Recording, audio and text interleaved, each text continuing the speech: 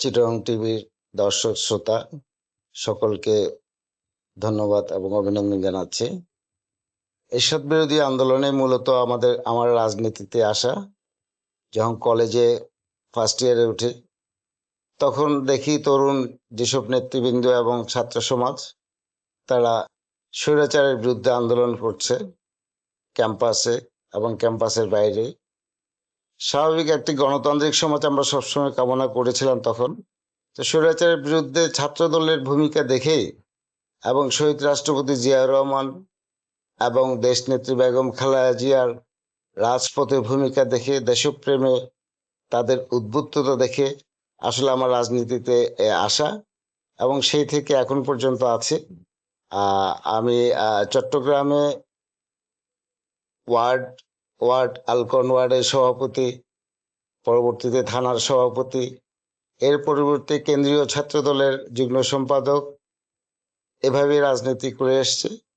পরবর্তীতে এই বিগত কিছুদিন আগে জাতীয়তাবাদী স্বেচ্ছাসেবক দল বিভাগীয় সহসভাপতির দায়িত্ব পালন করেছে। চট্টগ্রাম মহানগর কেন্দ্রিকই মূলত আমার রাজনীতি। এখন মহানগর বিএনপির কমিটি হতে যাচ্ছে সামনে, দোয়া করবেন যেন একটা ভালো অবস্থানে যেতে পারি। আমি আসলে চাই মিরসরাই যেহেতু আমার জন্মভূমি, সেহেতু চাইবো যে মিরসরাই বাংলাদেশের সকল উপজেলা থেকে এগিয়ে থাক, বিশেষ করে শিক্ষা ব্যবস্থায়, কর্মে, এবং মিরসরাই তরুণ সমাজ শিক্ষায় শিক্ষিত হয়ে সমগ্র বাংলাদেশকে নেতৃত্ব দেয়। আমরা যে রাজনীতি করি সেই রাজনৈতিক আদর্শ থেকে যেন আমরা বিচ্যুত না হয়। আমাদের নেতা দেশ নায়ক তারেক রহমান বারবারই প্রতিনিয়তই শুধু লন্ডন থেকে আমাদেরকে জানাচ্ছেন সারা বাংলাদেশে যে আমাদের কর্মী ভাইয়েরা কষ্ট করেছে। একটি গণ অভ্যুত্থান পরবর্তীতে দেশের সার্বিক অবস্থা, বিশেষ করে আইন শৃঙ্খলা যেন আমরা সঠিক রাখতে পারি। মিরসরাই কেন্দ্রিক আমাদের যেসব নেতৃবৃন্দ আছেন বিগত দিনে হামলা মামলা নির্যাতন সহ্য করে রাজপথে ভূমিকা রেখে এই পর্যায়ে এসছেন। মিরসরাইয়ের মতো সারা বাংলাদেশের মতো মিরসরাইয়ে তো দলীয় কার্যালয় এবং আমাদের নেতৃবৃন্দের বাসা বাড়িতে হামলা হয়েছে। এখানে দলীয় কার্যালয় পুনরুদ্ধার এবং যারা এসব অপকর্মের বিরুদ্ধে আছে এবং ছিল সকলকেই বিচারের আওতায় আনার জন্য আমাদের নেতৃবৃন্দ অত্যন্ত সজাগ এবং আমি মনে করি এটির একটি দৃষ্টান্তমূলক শাস্তি হবে। মিরসরাইকে যদি সুন্দরভাবে সাজানো যায়, একটি জেলার ভূমিকা রাখতে পারে, তো সেই ক্ষেত্রে মিরসরাইয়ের অবকাঠামোগত উন্নয়ন তেমন হয়েছে বলে আমার মনে হয় না। আপনারা জানেন এখানে বিশেষ করে শিক্ষা, আমি শিক্ষাকে সবচেয়ে বেশি জোর দিব। আমাদের তরুণ সমাজ এখন যেভাবে এগিয়ে এসছে, শিক্ষার বিকল্প নেই। যদি আমি মিরসরাইবাসীকে সঠিক শিক্ষা শিক্ষিত করতে পারি, সারা বাংলাদেশের সাথে সাথে মিরসরাইকেও যদি আপনি শিক্ষিত করতে পারেন, তাহলে কিন্তু আপনি অনেক দূর এগিয়ে গেলেন। আপনি জানেন বিএনপি বরাবরই একটি গণতান্ত্রিক দল। আমরা গণতন্ত্রের মাধ্যমে আমাদের দাবি দাওয়াগুলোকে এগিয়ে নিয়ে যাওয়ার চেষ্টা করি এবং এই গণতন্ত্রের জন্যই আমরা দীর্ঘ 15 বছর রাজপথে আন্দোলন করেছি। সেহেতু আমরা চাই আমাদের দলীয় গণতান্ত্রিক চর্চা হোক, একদম ইউনিয়ন, ওয়ার্ড এবং প্রতিটি পর্যায়ে গণতন্ত্রের মাধ্যমে নেতৃত্ব উঠে আসুক, তাহলেই নেতৃত্বের সঠিক বিকাশটি হবে বলে আমরা মনে করছি। যে সকল আমাদের ভাইরা কর্মীবৃন্দ বিগত 17 বছর আওয়ামী লীগ ফ্যাসিস্টের হামলা মামলা নির্যাতন সহ্য করে 5 আগস্ট গণতন্ত্র পুনরুদ্ধারের করার পরে যে অবস্থায় আমরা এসেছি, আমার নেতৃবৃন্দ এবং বিশেষ করে কর্মী ভাইদের প্রতি আবেদন থাকবে,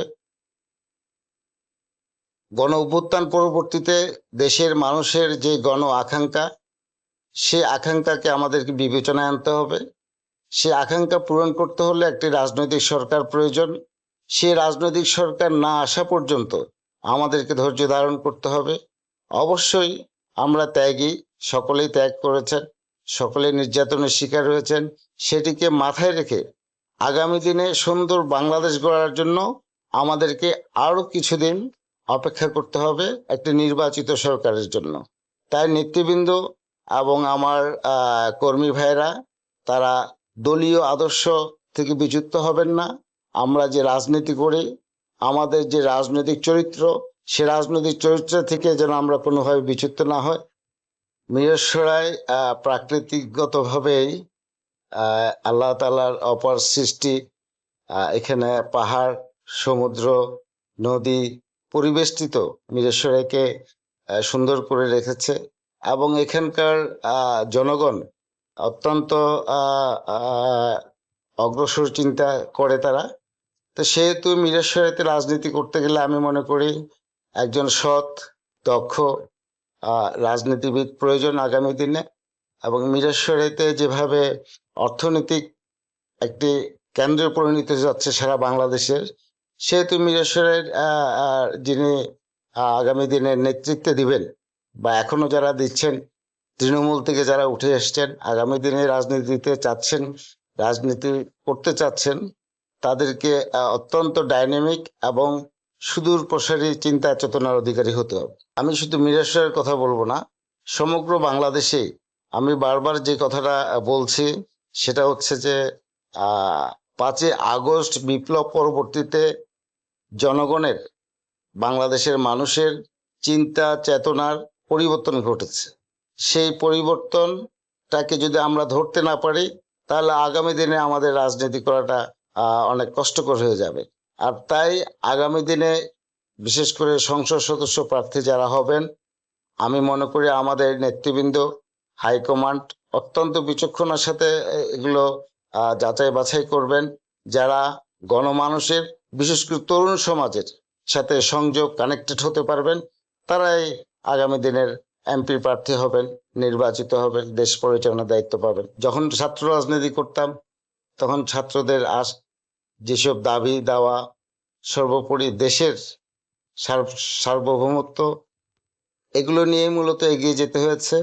এবং গত 15 থেকে 16 বছর এই স্বৈরাচারী এবং ফ্যাসিস্ট হাসিনা যেইভাবে রাষ্ট্র পরিচালনা করছিলেন, তার বিরুদ্ধে দাঁড়ানোটা আসলে একটি বিশাল চ্যালেঞ্জ। প্রতি মুহূর্তে জীবনের ঝুঁকি ছিল সকল নেতৃবৃন্দের, বিশেষ করে জাতীয়তাবাদী দলে যেসব কর্মীরা, আমাদের নেতারা তখন রাজপথে ভূমিকা রেখেছে, তারা কেউ ঘরে বাড়িতে থাকতে পারেনি, জেল খেটেছে, নির্যাতনের শিকার হয়েছে, গুম হয়েছে, হত্যার শিকার হয়েছে। তো চ্যালেঞ্জ তো আছে, প্রতি মুহূর্তে চ্যালেঞ্জের মুখে আমাদেরকে যেতে হচ্ছে। তা পরবর্তীতে 5ই আগস্ট, পরবর্তীতে আগস্ট অভ্যুত্থানের পরে এখন একটা নতুন চ্যালেঞ্জ নিয়ে আমরা এগিয়ে যাচ্ছি। সেটি হচ্ছে 5ই আগস্টের অভ্যুত্থানের জন আকাঙ্ক্ষা পূরণ করার জন্য, মানুষের যে আকাঙ্ক্ষা, সে আকাঙ্ক্ষা পূরণ করতে হলে সময়োপযোগী যে রাজনীতি, সেই রাজনীতিটাকে জাতীয়তাবাদী দল, আমাদের নেতা দেশনায়ক তারেক রহমান আমাদেরকে নির্দেশনা দিয়েছেন। সেই নির্দেশনা অনুযায়ী আমরা কাজ করে যাচ্ছি, আগামীতে যেন মানুষের জন আকাঙ্ক্ষাকে আমরা পূরণ করতে পারি। বিপ্লব পরবর্তীতে বর্তমান যে সরকার, সেই সরকারকে সহযোগিতা করব আমরা, যতক্ষণ পর্যন্ত এই সরকার একটি সুন্দর নির্বাচন পরিবেশ এবং ব্যবস্থা করবে না। সেই নির্বাচনের মাধ্যমে আমরা জনগণের ম্যান্ডেট নিয়ে আগামী দিনে নতুন বাংলাদেশ গড়ব।